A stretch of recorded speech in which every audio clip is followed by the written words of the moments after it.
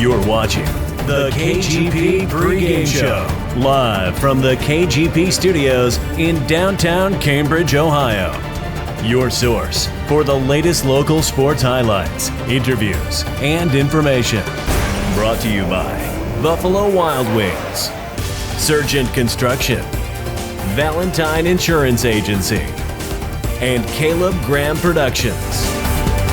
And now, let's go live to the guys in the studio. Hello, and welcome to this week's edition of the KGB pregame show, sponsored by Buffalo Wild Wings, here live at the studios of Caleb Graham Productions, where we're going to look back at week 4 of the high school football season and then get you ready for week 5, which will be the midway point, and it'll be time to start talking playoffs. You got it. I'm merely Tom Strasser, and I'd like to introduce my partners in crime, my sidekicks, but most of all, my teammate. We got Heath Dawson, D-Train Darren McCullough, and with the closer, Kirby Graham, on assignment for the next few weeks. We're truly honored to bring in a special guest, and that's the head football coach of the Buckeye Trail Warriors, head coach Donnie Kerns. And Coach Kerns, lucky for you, what timing. We just happened to be ready to talk some Buckeye Trail football. And first, congratulations on your win over Claymont. Thank you. We really appreciate that. That was a big one for us. It really was. Now, Coach, going into the Claymont game, they were winless, but you were very concerned about them. They had played a couple of outstanding football teams, and your team seemed pretty energized. And can you talk about the practice coming off a heartbreaking loss against Barnesville? What was the mood like for a practice last week? And was it hard getting the team back and refocused? That's always a challenge after a loss, especially a tough loss, one where you feel like got away. That was a concern, getting the kids back. So we kept the mood around practice, light. We didn't go in there and hammer the kids. We knew we had to get them back, and so I think that went a long way. The kids responded really well. Very intense practices last week. A lot of running, a lot of conditioning, but it wasn't like in your face type practices. It was keep the mood light, let's get better, and get this bad taste out of our mouth. Mm-hmm. And Coach, one thing, when you go back to that Barnesville game, a lot of people, you were undefeated. They wasn't giving you a much of a chance. You really controlled that game for the majority of that night. And even though you lost, you and the coaching staff, you had to come out of that game feeling like, hey, we may have let a big one slip away, but we may be better than a lot of people think. Yeah, I actually remember there was a point in the first quarter where I kind of, took maybe a sigh of relief and said, you know what, we're not bad. And I couldn't say that the Caldwell game. I couldn't say that the Newcomerstown game, but in the first quarter of Barnesville game, there was a sense of relief that went through me and said, you know what, we're going to be able to play with some people. Because I didn't know. I truly didn't know, and that happened in the first quarter. Win or lose, I knew we were going to be okay. And our panel has a few questions to ask you as well. Yeah, I thought, down 7-0. When I talked to you the week before, down 7-0, just a minute 4 into the game last week, you probably had that flashback to last year's Claymont early 14-0 hole. I mean, how did you guys kind of dig out of that? I mean, obviously, we know you scored 30 unanswered, but talk about the way you guys responded to being down 7-0 early. Well, that was a concern to me. When that happened, I thought, oh boy. And but we went for it on fourth down inside our 30. It was 4th and 1, and I said, we cannot get down 14-0. We can't do it. Mm-hmm. And so we went for it, paid off, and after that we controlled the rest of the game. I mean, the first 3 or 4 offensive plays were a little bit nerve-wracking, mm-hmm. but after that, we controlled it. And Yerkesville is a tough environment, obviously. You know what? Yeah, it is. I really like. It's kind of like an old school feel. I like playing there too. I mean, felt really comfortable. And that's great that you mentioned that, because there's a lot of people out there, Meadowbrook folks and Cambridge folks, that are all shaking their heads saying, yeah, that's not an easy place to play, because crazy things seem to happen a lot of times at Uricksville. Absolutely. D-Train. So these guys are talking about Barnesville. Let's talk more about the Claymont. I want to talk about this Buckeye Trail offense. You guys scored 12 points opener, then 20 the last 2 games against Newcomerstown, Barnesville. Then you explode for 55 against Claymont. You had 8 touchdowns with 5 different guys scoring a touchdown. Talk about that balance, being able to have multiple weapons and really having more different guys featuring there on your team. I'll start with our offensive line. That is where, that is why those guys. I know that kind of sounds a little bit cliche, and everybody says, "Oh, the offensive line." You know what? They really are the reason. They're opening holes that I could run through, and that's saying a lot. That's where it all starts. And we have athletic kids that we can put behind them, and they're good enough to make plays. Yeah, so let's mention these offensive linemen who last Friday, Buckeye Trail had 50 carries for 430 yards, 8.6 yards per carry.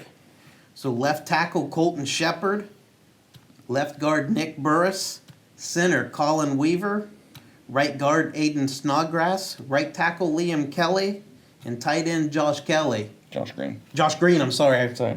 Josh Green. Great job, boys. Keep it up. And Coach, when you look at your offense, when in this day of age of high school football and college, everybody wanting to spread it and just throw it all over the field, you guys are more than content to just line up and run the ball 50 times instead of passing the ball 50. Now, you showed against Barnesville, if you have to throw the football, you can throw it. Hickman threw for over 200 yards that game.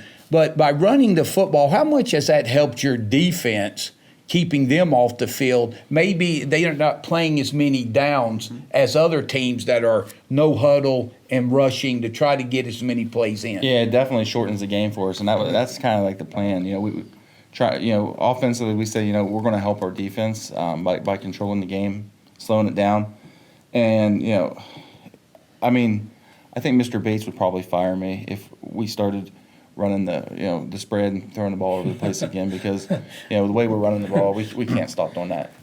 And he would have been a disciple from John Kelly. Yeah. Days for John Glenn. Yeah, I love throwing it around. I love throwing the football, but when your offensive line can control games, you have to run the football. And if you're averaging 8.6 yards a carry in a game like you did Friday night, that's really huge. Yeah. And something I wanted to really ask you this week, probably the biggest question I wanted to ask you was, you guys are controlling the game pretty well, but all of a sudden it's 36-21 going into the fourth quarter. Were you happy to see your team put together that solid fourth quarter to seal that victory, especially after what happened against Barnesville? Yeah. Here I can tell you what happened there. First off, I want to say Claymont's not bad. They're big, they're physical. They had a lot more depth than us. And we just kept beating on them. And finally, in the fourth quarter, we just completely broke their will. Really, that's what happened. It was a battle for 3 quarters. But the fourth quarter, our kids just kept going at it and at it. I'd never seen our kids back down. It was I don't know. It was just something to watch. It really was. You just seen your kids, do everything you teach them to do. And, Coach, I tell you, one thing that's been something to watch, we talked about you can throw the football. And when you've had to throw the football, the Isaac Hickman to Ronnie Rominger combination. Now, I've known these kids coming all the way up through school. They're very good friends. And that really carries on the field, it seems, because it looks like that Isaac goes up to Ronnie. It's just telling you what it looks like before the game and says, hey, I'll throw the ball up. You go catch it. And if you don't, you make sure no one else does. Because Ronnie has, made some catches where defensively they were there. The Caldwell game. Well, yeah. That's I think he's made like 3 or 4 this year. Probably 5 or 6. But we work on that every day. We tell Isaac he's counting on his head. 1 1,000, 2 1,000. ball goes, throw it up, Ronnie will go get it. And that we practice that. I mean, and with him starting to get a lot more attention from the defense, it's opening things up for Franco, Rome, Trey, McGilton as well. Yeah, absolutely. I mean, those guys. I don't think we threw one ball to Ronnie on Friday night just because Ronnie ran the ball pretty well, and they kind of took Ronnie away a little bit. I mean, they tried to, but we threw the ball to Franco and Trey, and thing is, if you try to take one of them away, we do have some other kids that can make plays. You had told me 2 weeks ago that you were really wanting to try to focus on starting to get Franco Rome involved in the ball games, and obviously Friday night he responded with 8 for 112 and 2 touchdowns. So were you pleased to see kind of his development keep coming along and not causing, I guess, any rifts, just biding his time and your offense finally getting his chance to shine? Yeah, that was nice, and it's like there's a sense of like relief that we have him for at least 26 more games. Right. We like that. All right, so let's start looking ahead. You guys have probably to date, the toughest team on your schedule in Indian Valley. 4-0. They're notoriously a playoff team. Last year, they lost in the second round to the playoffs to Licking Valley, outscoring their opponents 140-55. Just explain to us, tell us, what do you think are some keys going to be against you guys in Indian Valley Friday night? You're not joking when you say that they're the best team that we'll see all year. They are really, really good. So well coached, physical, and they just want to line up and run the ball down your throat. So we have got to find a way, to stop the run. I mean, if we don't stop the run, it's going to be a really, really long night. And then we've got to find a way to pick up first downs, to keep their offense off the field, and slow the game down. I mean, that's really the keys to what we have to do to have a chance. Now, they have 2 guys I know on their team, right off the top of my head, Love and Thornton. They're combining for almost 1,000 yards total together, and they have 14 rushing touchdowns. So definitely no exaggeration about them being physical. Thornton's coming off of a game where he just had 6 touchdowns, and Indian Valley's Matt Lancaster said something, Coach. He said, Shane plays behind Zach Love and is our secret weapon that nobody kind of knew about until tonight, but I bet, Coach Kerns, you know about Shane Thornton. we knew about him, especially Sunday morning when we really dove into the film, and it was like, they don't miss a beat. And the thing is, if they have both of them healthy, that's going to be a real chore for us. and when you look at Indian Valley's offense, the guys have been talking about, they come in, they're averaging 35 points a game, defensively only giving up 13. As far as keeping, you want a shootout, you want a low-scoring game, what are you looking at? I think we favor probably a lower-scoring game this week, just because if we can keep it low and have a chance to within striking distance in the fourth quarter, I think that's our goal. I don't know. I mean, they are so good offensively with such weapons. I don't know how many times that we can stop them. If they continue to get the ball over and over, they're going to put points up. So I think a low-scoring game would be probably advantageous to us. Coach Kerns, one thing that you guys have been very good at, though, this year is stopping the run. So, being that Indian Valley is kind of caters to the run, and that's their strong suit. One thing I noticed last week, again, you limited Claymont to 46 yards on the ground, which is excellent. But you kind of were susceptible a little bit to that pass as they put up 264 yards and 4 TDs through the air. That was Caden Presutti of Claymont. But is that something that you're kind of starting to be a little concerned with after Barnesville was able to throw the rock the week before and also Claymont in the following week? Yeah, we do have to get better at pass defense. But we knew Claymont was going to come out and throw the ball. I guess our goal every week is we have to stop the run to have a chance. So we did focus on stopping the Rao kid for Claymont last week, Which you did a nice job of. Yeah, we stopped him, but I'm telling you what, I went up to Claymont's quarterback after the game. I told him he was a player. I mean, he's a good football player. Nice. And, Coach, it's about everybody doing their job defensively. Jack Perry's just racking up tackles, linebacker position. But guys like Dylan Berry and Josh Green on the defensive line, they've got to tie up the offensive line to keep them off your linebackers. And sometimes their tackles don't stand out, but they're doing a nice job letting the guys who have to fill the gaps get there. Yeah, our defensive line, that's what we tell them to do. They probably get a little bored because they're not getting the QB sacks. But I tell them, you're not a pass rusher. If you're a pass rusher, we're in trouble because we got to get somebody with some speed on the field. But they eat up blocks, and that's what it's designed to do. Let our linebackers make the tackle. You guys eat blocks up, and that's what we do. That's the strategy. And how big is tackling? You're going to have to be sound. Big Connor push carriage, free safety, kind of the last line of defense. And how big is the secondary when they come up, when they hit somebody, they're going to have to take them down. Yeah, if it gets to that point where, and this isn't a slight on our DBs, but if it gets to the point where our DBs are having to make tackles, we are in trouble because that means we're not getting it done with our. The guys we're stacking in the box. I mean, we're stacking the box trying to take away the run this week. I don't know if we'll do it, but we're going to try. And, Coach, when you look at Indian Valley, they're undefeated. 3 of their wins are against teams that are 3-1. Their only loss was the Indian Valley. Now, they just beat Sandy Valley, a big, rival game last week. Next week, they have Ridgewood. Mm-hmm. So you think, hey, maybe this sandwich game, they're looking ahead. You're 3-1. They're not looking ahead, are they? No.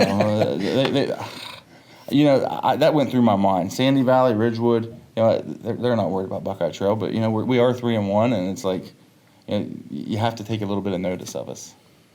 And Heath, Buckeye Trail, right now, he don't want to talk about it. We can. You look at week 5. If the season ended today, Buckeye Trail sitting in that 7th spot. Still a lot of football to be played, but a compliment to them. They're right where they want to be as far as right now. Yeah, I think, going into the season, a lot of people were talking Trail, hopefully a 500 club. Obviously, we know that that's not the case. They are beyond a 500 club, especially losing to a very good Barnesville team, which, had a tough one at Shenandoah. But if Buckeye Trail can go up there to Indian Valley this week, and Coach Kerns, I can talk to you now face to face. If you guys can go up there and pull off that win, which a lot of people are probably not giving you much of a chance, we all know, as you said, you are a good football team. If you go up there, you are in the driver's seat as far as the playoff spot goes, and I think the momentum is good. The one thing that I want to mention, a little tidbit, watch out for the Ronnie Rominger matchup against DB Trevor Myers, who had 2 picks last week. That might be an interesting battle going into this week's game. Yeah.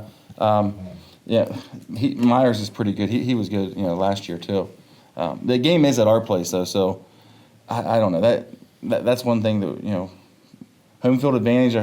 We have a great home crowd. Mm-hmm. That we're going to be counting on them. I mean, really. But Ronnie and the Myers kid, that we're going to try to get Ronnie not lined up against the Myers kid. But if that happens, it should be a good matchup. Well, hey, it ought to be a lot of fun, and we hope that East Guernsey, they pack the place. Indian Valley travels well. Mm-hmm. They'll bring a big crowd. Mr. Bates will love that. Yes, it'll be a lot of fun at the Baker Activity Complex. It ought to be packed, rocking and rolling. And Coach, thanks for joining us here. It was my pleasure. Yeah, thank you. I enjoyed it. I appreciate it a lot. Thanks. And good luck to your Warriors Friday night and the rest of the season. Definitely. Hey, thank you, guys. Thanks for joining us here on the Buffalo Wild Wings KGP pregame show. We're going to take a time out, and when we come back, we're going to talk a little Cambridge Bobcat football, coming off a big win last week, 2 in a row. So stick around, and we'll be right back.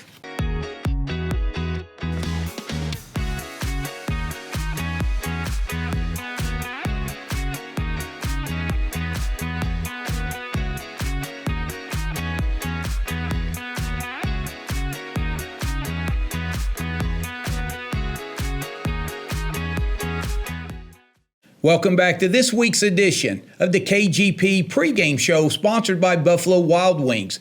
And we would also like to mention some of our other fine sponsors: Surgent Construction, Valentine Insurance Agency, that's John Valentine, and Conn's Potato Chips. So we want to thank them as well. We had a segment with the Buckeye Trail Warriors and their head coach, Donnie Kerns. And now we're going to talk a little Cambridge Bobcat football. And fellas, there's a lot to talk about. Oh, man. You know, the first thing I want to say has nothing to do with the game real fast, but I want to thank the Cambridge High School football team and Coach Lowry for coming out to the Living Word outdoor drama the other night. They came out and participated in the drama and in our concession stand, and our people absolutely loved them. And I want to say, Coach Lowry, when you tell me that you got a group of fine young men, you weren't lying.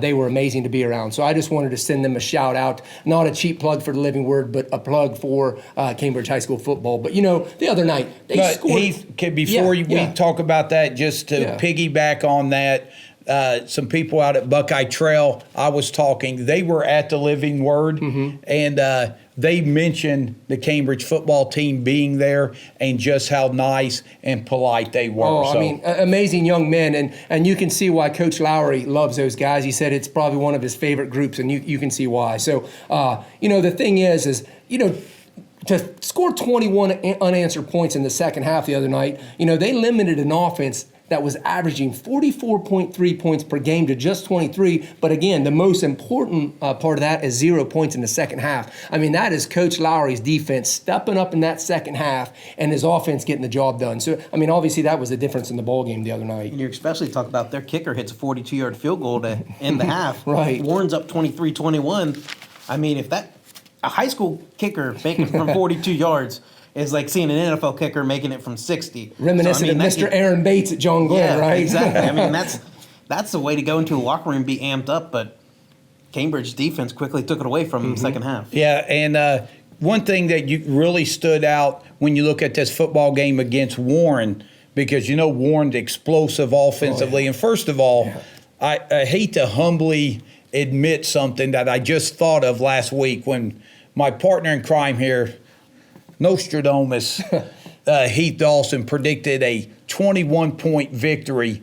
I thought he was nuts. And the reason being is I thought Cambridge had a great chance to win this football game, but I thought if they beat them by 3 scores, they're going to have to hold Warren to 7 points, and they're averaging 40 plus. So I thought Cambridge, hey, they have a chance to go down there and steal a road win, but 3 touchdowns. And when you look at the first half, Warren puts 21 points on, or 23 points on the board. But Heath, first offensive play of the game for Cambridge, they turn it over, and Warren takes it in for points. But this time, Cambridge, you can see the mental toughness. Right. They wasn't going away. And that's the thing that I try to tell people in our shows the last couple of weeks. You know, 27-0 and 39-7 losses, it looks bad on paper. But when you really started investigating the games and diving into them, I mean, when you're having penalties that you're averaging 15 penalties a game, and you're having over 100 yards in penalties, I mean, that's shooting yourselves in the foot. And when you're making short field after short field after short field for the other teams, it's no wonder the scores were ended up. I just felt like Cambridge was a lot better football team than people were giving them the credit. And that's why I told them, you know, everybody on our set 2 weeks ago, don't wave that white flag just yet, because I felt like better days were ahead for Cambridge.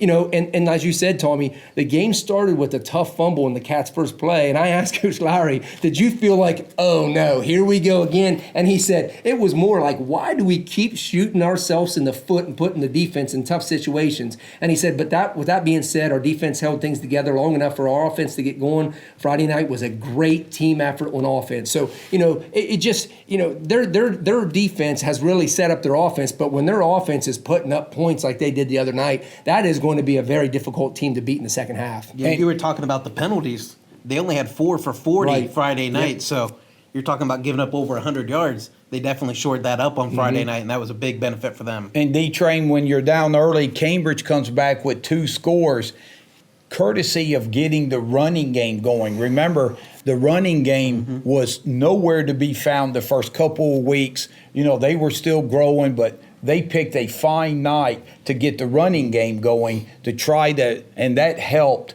their defense slowing down Warren. And it was a couple guys on that running game. Trayvon Jeffrey was our player of the week last week. Yep. He bettered it with 150 yards and 2 touchdowns.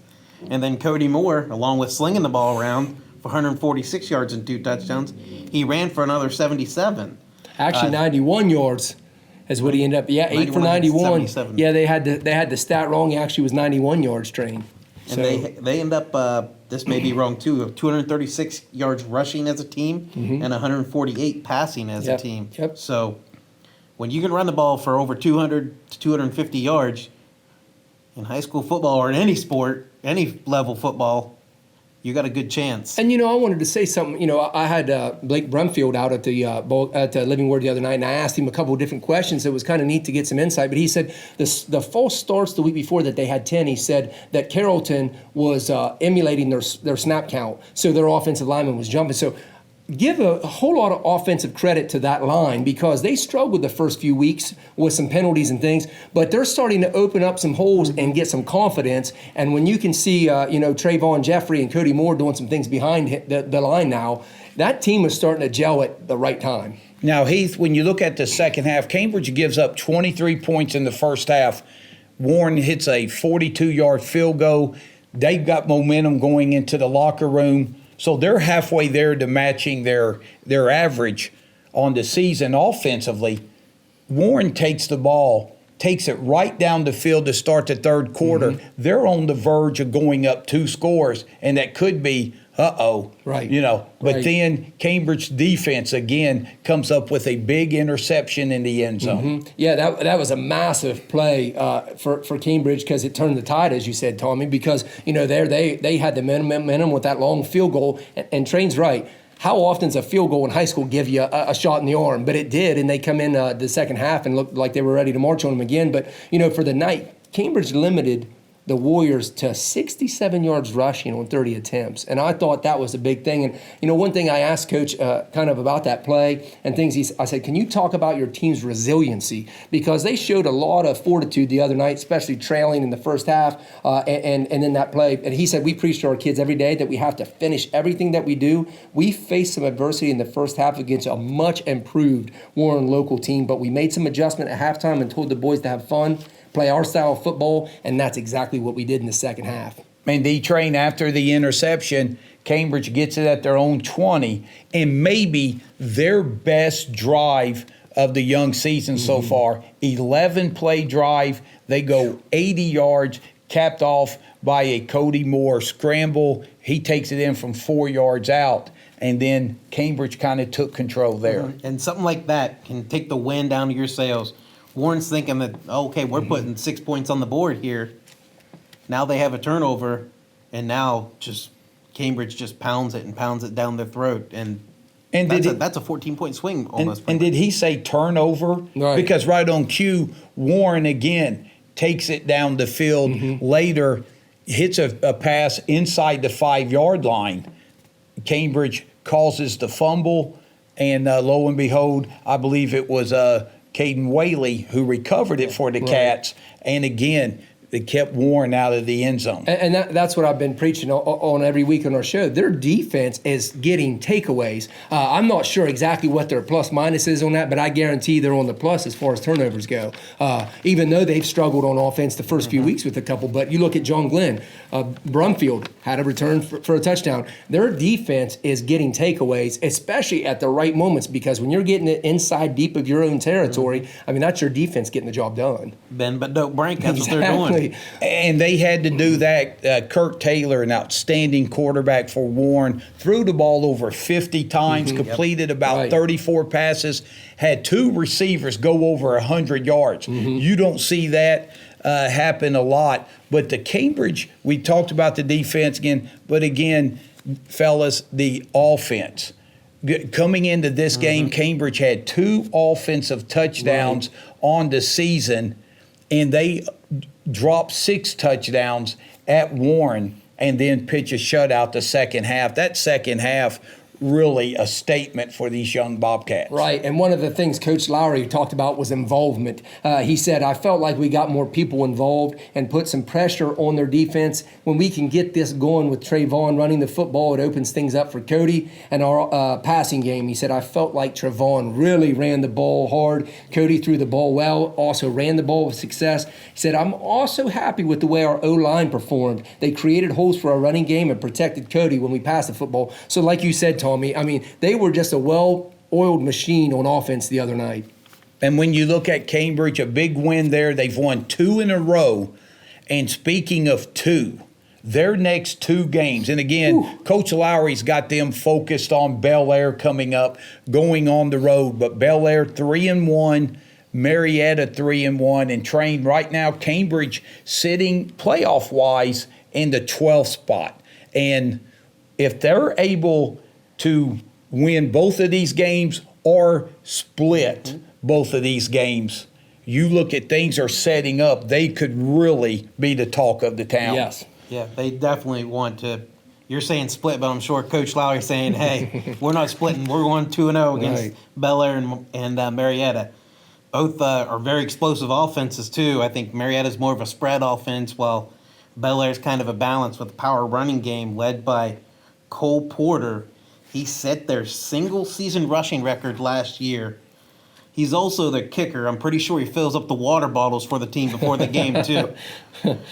Yeah, and Heath, for the record, I did say if they could win both games, if not, at least a split. So Right. that's worst-case scenario Right. for the Cats. But you look at this Bel Air squad, they come in 3-1. They lost a 1-point game to Garraway. Bel Air offensively averaging 25 points a game, only giving up 11. And, fellas, the most points Bel Air has given up this season in a game is 19. So nobody has cracked the 20-point mark against this defense. But you look offensively, this is a game, Cambridge, you look at the numbers, this game fits right in their wheelhouse of where they want it to be. And that's exactly right, Tommy. I couldn't have said any better than what you just said, because I feel like, if this needs to be a defensive battle, Cambridge can win that battle. And it seems like that could be what happened. But as Train alluded to, it's going to start with stopping 2 players on their offense.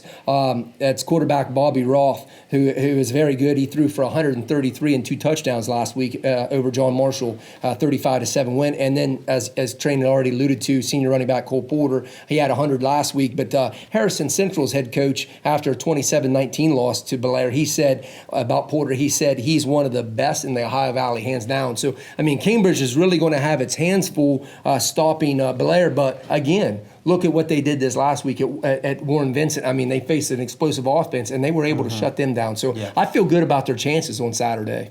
And what's really impressive is this Cole Porter setting the single-season rushing record for him. Bel Air's had some pretty good athletes come out of there.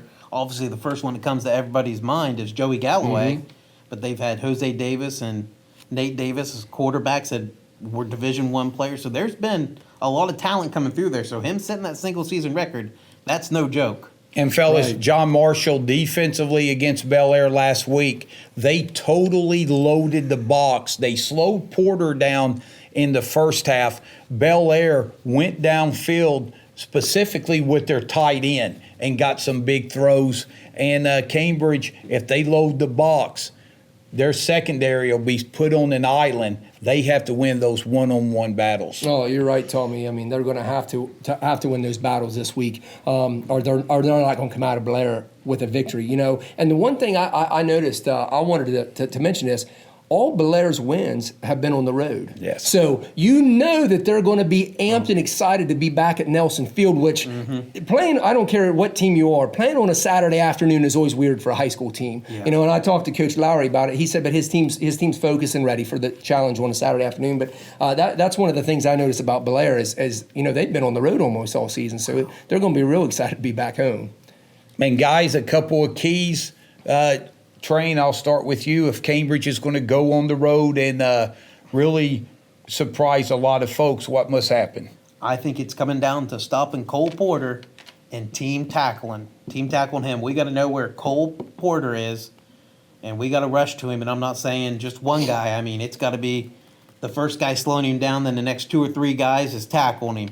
It's going to be containing their running game. And, I mean, Roth's not somebody to slouch about, but they got to make Roth, their QB, beat him. They've got to really focus on slowing down Porter. I think if they hold him under 100, I think I like the Bobcats' chances. And Nostradamus? Yeah, I mean, real fast about what Lowry said about the players Train just alluded to is he said Bobby Roth is an athletic quarterback who can throw the ball around. He's not afraid to throw the ball deep to his 2 favorite receivers or to throw an interception.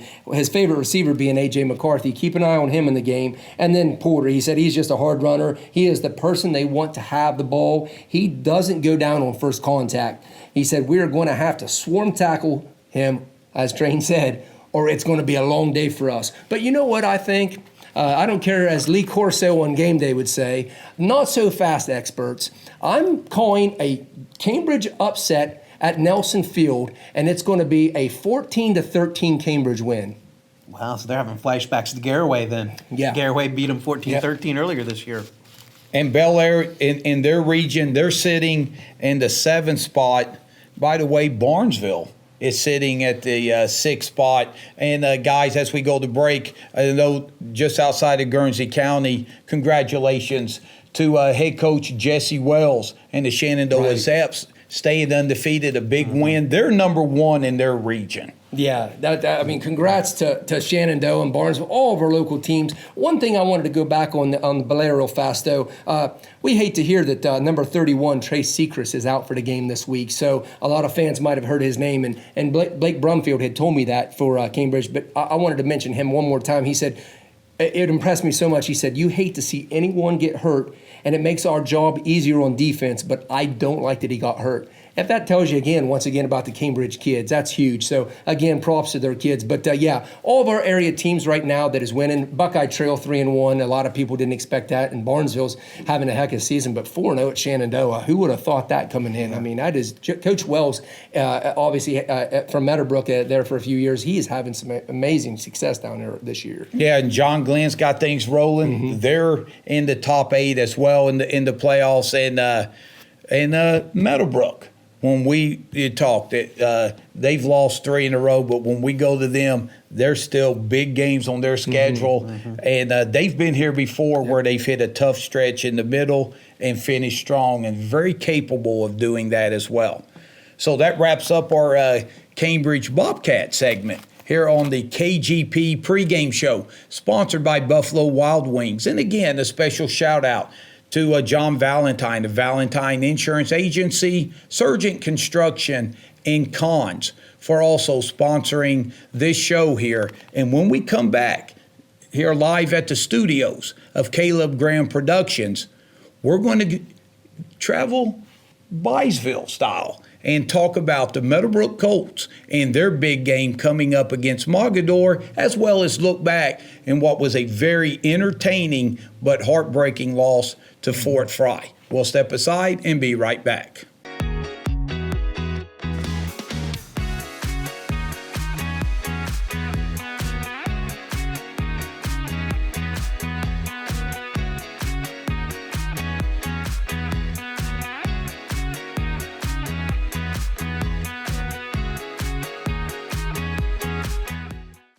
Welcome back to the studios of Caleb Graham Productions for this week's edition of the KGP pregame show, sponsored once again by Buffalo Wild Wings. We talked Buckeye Trail, we talked Cambridge.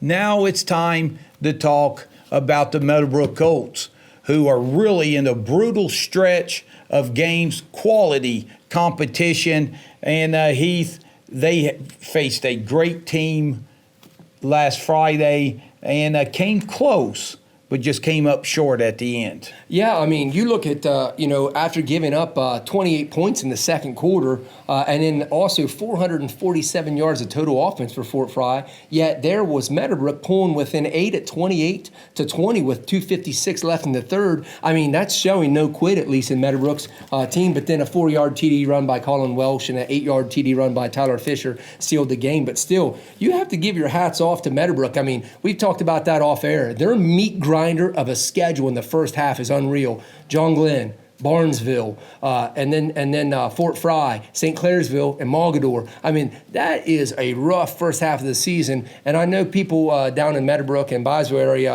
as I live down there, are not real happy with the 1-3 start. But I'm telling you what, Meadowbrook at least has not quit in any game, and they've been right there. So I know Coach Clendenning isn't thrilled with that start, and it's not what he envisioned. But I tell you what, his team hasn't quit on him at least. Yeah, and D-Train, when you look at the game against Fort Fry, Meadowbrook's defense, after being on the field the majority of the game against St. Clairsville, they shut out a high-powered offense for Fort Fry, but then in the second quarter, Fort Fry really erupted, and that really turned out to be the difference. That was the difference. It was whether they were hitting the guy on the sweep or running the power up the gut.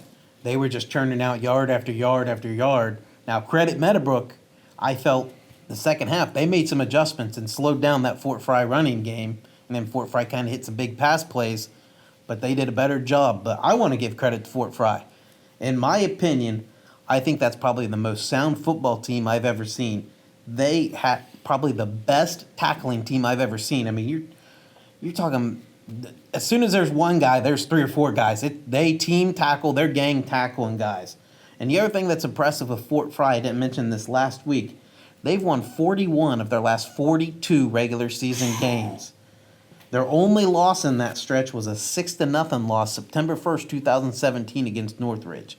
So, I mean, even though they're a smaller school than Meadowbrook, they've been able to churn out the players that fit into their system, and they've been able to ride with them. Good stat, D-Train. I like that. And Heath, what a system that it is. And D-Train, you're right. You got to give Fort Fry credit. And then on top of that, Meadowbrook as well, we'll explain why. Second quarter, the one thing that makes Fort Fry so tough offensively is they play head games with your eyes. You're taught where if the guard's pulling, he's going to take you to the play. If the fullback's going here, that's where the ball's going. They'll pull a guard going to the right end and run it around the left. And I thought this third quarter, I thought Meadowbrook, their adjustments at halftime were spectacular. In fact, Fort Fry came out, their first 2 to 3 drives of the second half, they went 3 and out. And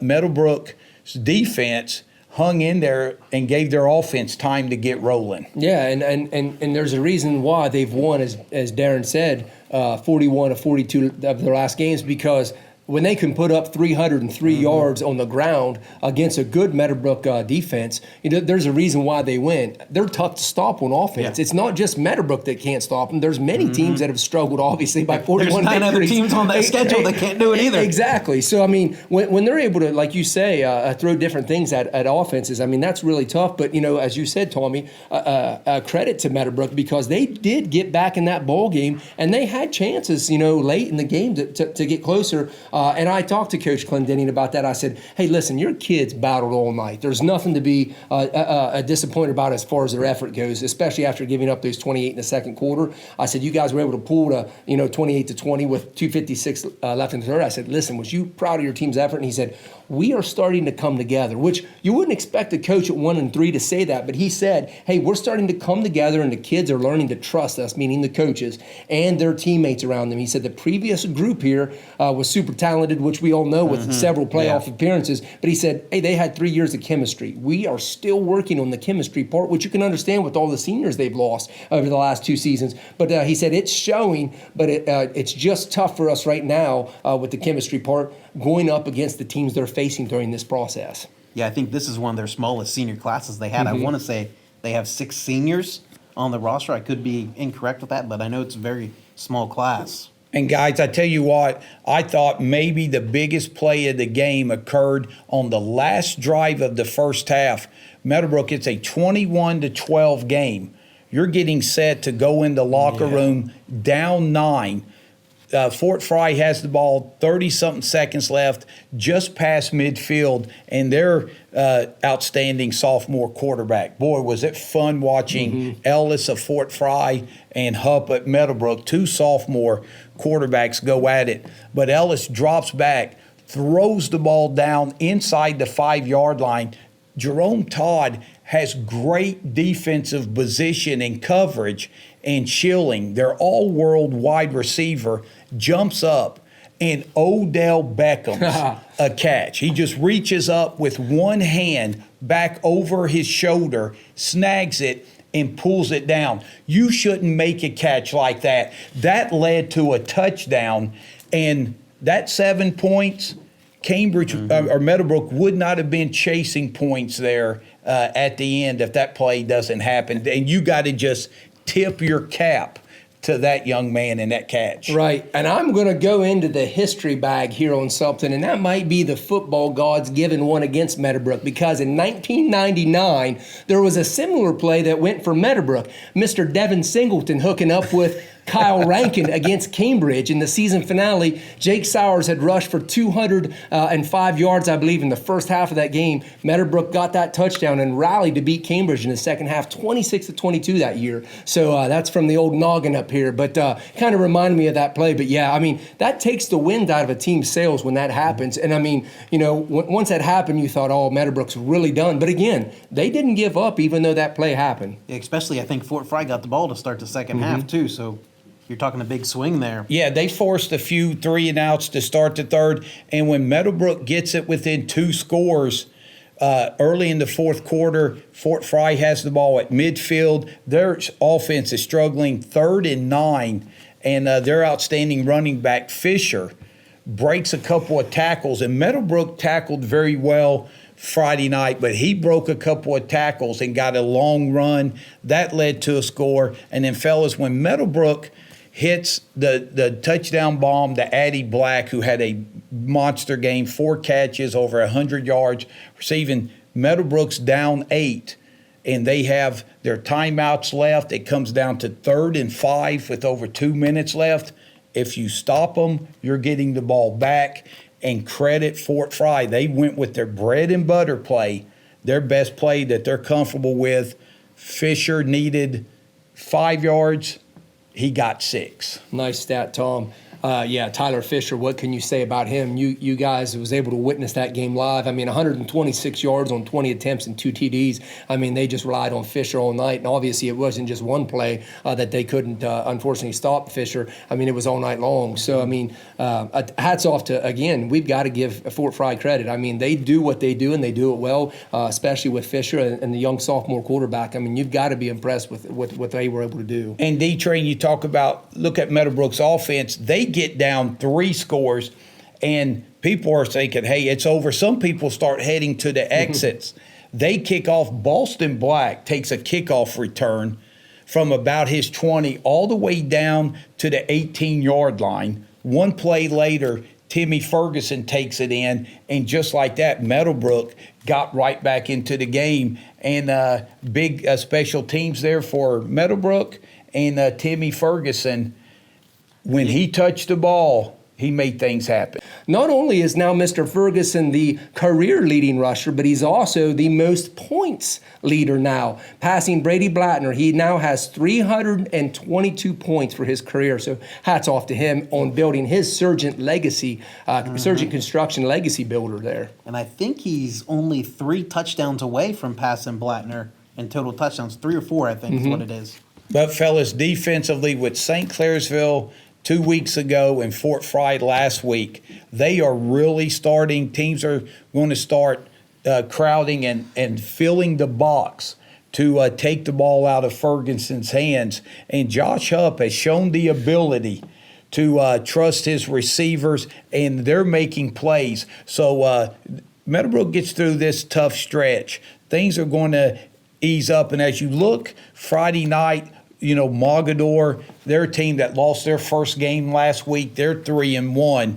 And Meadowbrook will be looking forward to this game. Last year, Meadowbrook was up like 34-12, 36-14, something like that in the third quarter. It was close to a running clock. And Mogador came all the way back and won. And I'm sure that still sticks in the craw of a lot of people in Big Orange Nation.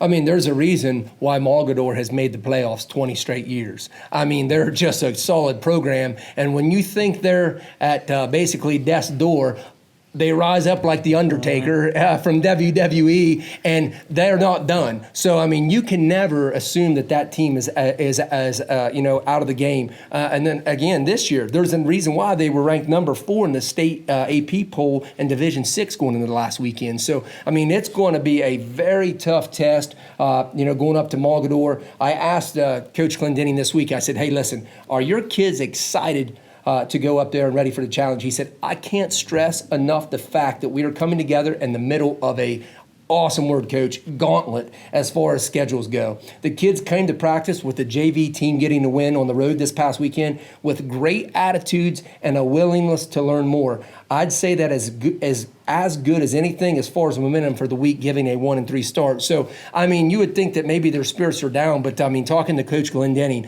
it seems like they're going into Mogador with their heads held high and they're ready to battle. Yeah, so Heath said they've been to 20 consecutive playoff appearances. Mogador's football program career record, 304 wins, 87 losses, and 4 ties. I think that's decent, isn't it? Not too shabby. Matt Adorney, their head coach currently, I mean, he just continued the legacy. I mean, they've said in Mogador, when kids are little tykes, that's their dream, is to grow up and play football at Mogador. I mean, that's a football culture up there. They're the real life varsity blues. Exactly. Then, I guess. And I think this is the last 2 to 3, well, actually the first 4 games with John Glenn, Barnesville, St. C, and Fort Fry.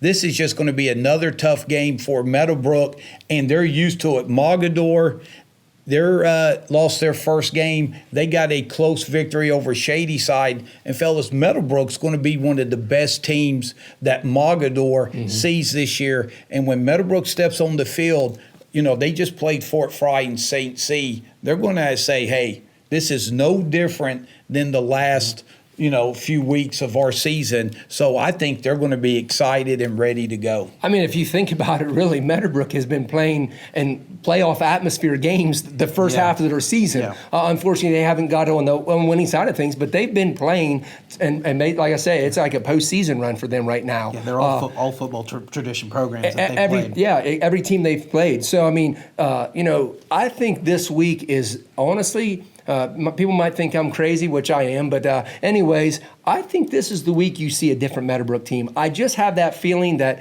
Coach talking about the chemistry and things starting to come together. I feel like Meadowbrook's going to go up there and play as a unit this week. I don't know why. I just have a good feeling after talking to him. Yeah, and I think if Meadowbrook can ride the momentum, especially in the second half, that they against Fort Fry, and even the first quarter where they shut them out. It was the second quarter that kind of bit them. I like Meadowbrook's chances as well, but they're going to have to take care of the football and not let Mogador. They're a team that can score in bunches. Oh, when you look at their arsenal of weapons in quarterback Will Papa, wide receivers Nathan Stevenson and Tucker Marmash, who is electric on offense. If you're talking a Heisman-type player, watch out for Mr. Marmash. Yeah, he's a big play receiver. Big time. And he can score anytime he touches the football. So, Colts fans, keep your eye on Mr. Marmash. And then running backs, they've got a stable. Tace Constantine, Chase Berkman, and Tyler Knight. I mean, that's a lot of weapons to stop. And I said, Coach Clendenning, how do you plan on stopping that vaulted offense? He said, to stop Mogador, we have to continue to be sound in all looks and be prepared to tackle. Not just one-man tackles, but gang tackling. Yep. That's how you stop good players and good programs. If they're going to do that this week, I mean, this is as good as probably an offense. I mean, St. Clairsville, obviously, Fort Fry, good. But, I mean, the weapons that Mogador has, wow, that's going to be a tough a task. I mean, but as I said, Mr. Marmash is probably the guy because you cannot let that guy get in open space. Yeah, they run a spread, but they like to run out of a lot. Against Shadyside, they ran the ball 43 times and only passed it 11 times. So Meadowbrook's going to have to prepare for the run, but they still got to watch out for the pass. Now, the other big thing is Will Papa. You'll love how I reference this person's name. He was their punter on the varsity team. I think his jersey number was 11 last year. We said he looked like one former Raider kicker named Sebastian Janikowski. God bless him. And now that's a big thing. Janikowski not exactly going to win any foot races. Well, Meadowbrook's had to face 4 pretty athletic quarterbacks that have been able to escape the pocket. Right. Now you've got a quarterback who's going to be probably contained in the pocket if they're passing. I think the big key is going to be that Meadowbrook pass rush if they get him in the passing downs, being able to get at the quarterback and get some sacks. And remember, going back to the week 1 against John Glenn, how good that Rossiter and Dyer and the guys up front were. They need to get back to having that pass rush again like that. And guys, they got to stay in the lanes, and if they don't get to the quarterback, get your hands up. That was big when they made their comeback against Fort Fry. A.J. George off a tip ball was able to intercept the ball. They got it at the 15, and then were able to score. So the defensive backs, they're going to love this game. They're going to have opportunities to be on an island one-on-one, Right. and if you can get to the quarterback, you'll be able to make a play on some balls as well. Right, and let's not forget our Mr. Humble D-Train over there. I believe it was his nephew that tipped the ball the other night. Yes, sir. What, his Yes. first name? Eric. There we go. I wanted him to be able to say it. But yeah, Mr. McCullough was the one who tipped the ball to get AJ that interception the other night. But yeah, I mean, Meadowbrook's defense, it's going to be up to them this week. I think their offense, last week, he has slowed down a little bit, but he still threw for 191 yards last week. Hooked up with Addie Black again for 107 yards. Davis Singleton with 6 receptions for 42 yards. I mean, their offense actually has been pretty decent.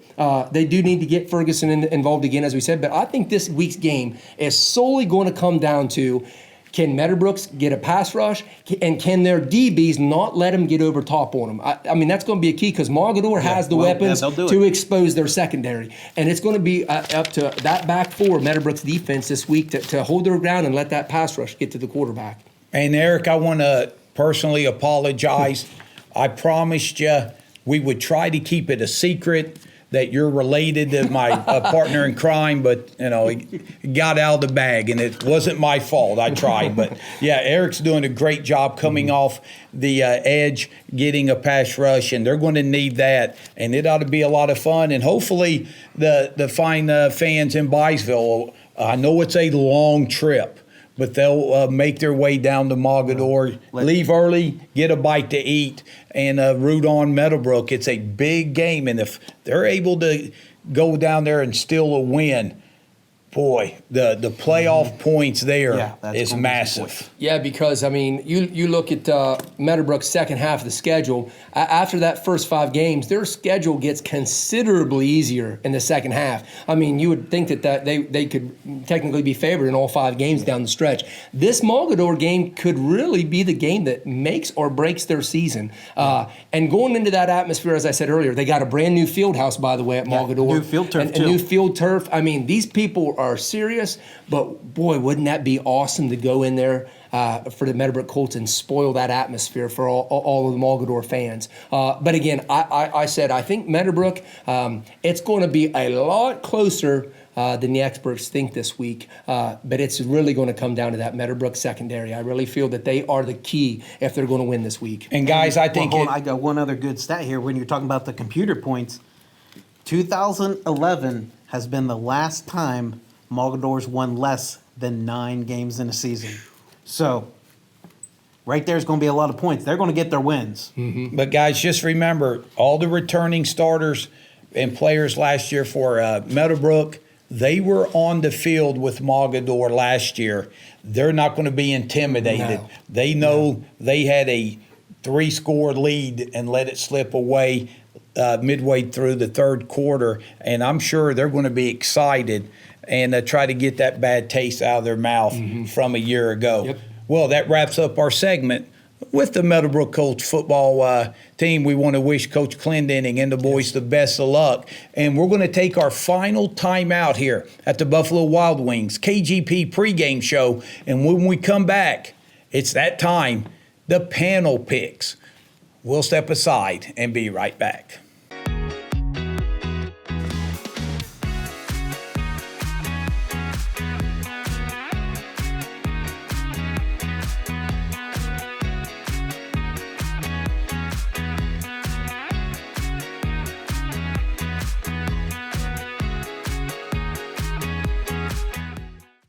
Welcome back to the studios of Caleb Graham Productions for this week's edition of the KGP pregame show sponsored by Buffalo Wild Wings. And now to close out the show for this week, it's now time for our BW3's panel picks. And the first award we'd like to give out is the Sargent Construction Legacy Builder Offensive Player of the Week. And it's co-players again. And D-Train, first one. Well, we're going to start with a team unit, because if it's Sargent Construction, they had the hard hats on, and they had the lunch pails, and they were battling in the trenches. We got to go with the entire Buckeye Trail offensive line. Coach Kerns was here, and that was one of the questions. I mean, he praised his offensive line. He said, reason we're doing so good offensively is because of those big boys up front. They helped the Buckeye Trail offense 50 carries, 430 yards, and 7 rushing touchdowns. Wow. And like I said earlier, 8.6 yards per carry. So we're going to give these guys a shout out again. Left tackle Colton Shepard, left guard Nick Burris, center Colin Weaver, right guard Aiden Snodgrass, right tackle Liam Kelly, and tight end, we're going to say it right this time, Josh Green. So a lot of credit to that Buckeye Trail offensive line. Yeah, just an incredible job by that unit. Anytime you can help your backs get over 400 yards in a contest, that is definitely honor worthy. And Heath, before we get our second co-player of the week, it was tough to pick one player. You got Timmy Ferguson, again, 4 touchdowns for Meadowbrook. Addie Black with over 100 yards receiving, and he had 2 incredible catches downfield, one that went for 69 yards and a touchdown. And last week's winner, Trayvon Jeffrey for Cambridge, over 150 yards rushing and 2 touchdowns. But we're going to give it to... And he was a remember Isaac Hickman last week. But we're going to give it to the co-player is Cambridge senior quarterback Cody Moore. He was 9 of 15, 146 yards and 2 touchdowns. He also added 8 carries for 91 yards on the ground and a touchdown in Cambridge's big win down at Warren Vincent last week, 42-23 win. So hats off to Cody Moore. Yes, Cody Moore and the Buckeye Trail offensive line, and that's your Sargent Construction Legacy Builders Offensive Players of the Week. And now let's move to the defensive side, which is sponsored by Valentine Insurance Agency and John Valentine. And our Valentine Insurance Agency Defensive Player of the Week is senior inside linebacker Brady Ladd from Meadowbrook. When Fort Fry runs the ball, you have to have somebody stopping it. And Brady was right there with 13 tackles, 7 of them solo, 3 for a loss, and 1 sack. Man, I tell you, fellas, Brady Ladd, we give awards, Crino's Pizza Player of the Game after our broadcast on Friday nights, and Brady Ladd was a co-winner last Friday. I've seen him have a lot of nice games. Friday night against Fort Fry, that was the best game I've ever seen Brady Ladd play, and that's saying a lot. I've heard a lot of people echo those sentiments this weekend, Tom, that said Brady was an animal the other night. So, hats off to you, Brady. What a good job on defense. Yeah, and Mogador, they're going to have a lot of fun trying to block him as well as he's playing. So congratulations to him. And now it's our last award, and it's from week 4. It's the play of the week. And I'm going to stop real fast, Tom. There were some other defensive players that you might was going to name for us that maybe had some good standouts as well. As far as Jack Perry, we talked about him, remember? And then the Cambridge defense coming up with a big stop in the end zone at the 5-yard line. So there's a few other things that Tom had pointed out when we were off break that I wanted to stop and mention that we looked at. Absolutely, the Cambridge defense pitching a shutout, creating 2 turnovers down at the goal line, interception in the end zone, as you said, and then a fumble recovery at the 4-yard line. So shutout against Warren in the second half. That was big time, and Jack Perry continues to roam from his linebacking position, and he'll be busy against Indian Valley Friday night down at Old Washington. So that's our Defensive Player of the Week, and now it's time for our Play of the Week. Again, we could name several different plays. The Cambridge interception in the end zone, the turnover at the 5-yard line. Again, Addie Black, who was our player of the week, offensive play of the week last week with he and Hupp, hooking up for 70 yards in St. Clairsville, hooked up for 69 yards this week, so we could have went there. But we're going on the defensive side for the play of the week, and you don't see this happening a whole lot, but we got to give a shout out to one of our sponsors, Cons, a family member of theirs, junior defensive tackle A.J. George from Meadowbrook. He gets a tipped ball from junior defensive end Eric McCullough, snatches out of the air for a big Meadowbrook takeaway the other night. So congrats on the play of the week, going defense for the first time, I believe, this season. So, well, no, Mr. Trey McGilton earlier in the season, we had the block punt. Block punt. But so our second time that we've named the defensive play of the week this year. So hats off to A.J. George and Eric for getting the tip on that. So hats off. Yeah, and that play, that interception got Meadowbrook right back in the game, a game that they fought valiantly to the end. So congratulations to A.J. George with his partner in crime, Eric McCullough, for getting the deflection on the pass and then corralling the interception.